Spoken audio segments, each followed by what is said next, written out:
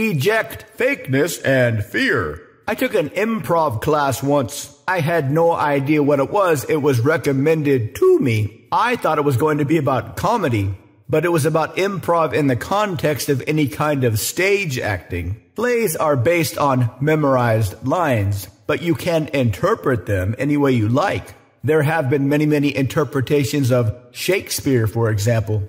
He didn't write much of anything in his plays except for the lines. No stage directions or anything like that, which gave the actors a ton of flexibility on how to play their parts. And Shakespeare used a ton of ambiguity. The way the lines were set up could mean many different things. So improv, as it turns out, is a very useful and necessary practice for actors. How to respond in the moment congruently to acting partners. The more they can make the pre-written lines seem real and spontaneous, the better the performance will be, which is kind of interesting. Plato had the idea that nature is imperfect, and philosophy is a way to perfect our imperfect reality.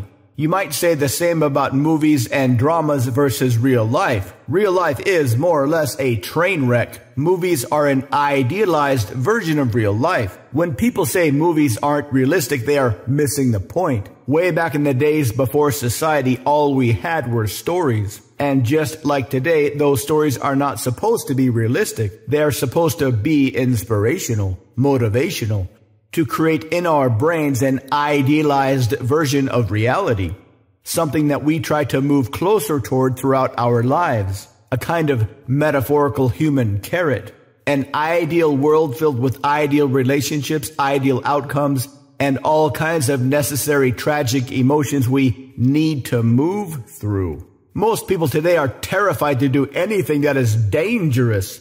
Look around socially. Most people are both hiding and pretending.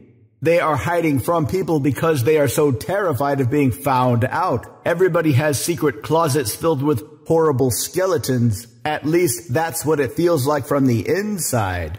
So not only do we keep that part of us as secret as we can, we cover it up with a layer of fakeness. Most of our true personalities are surrounded by two layers.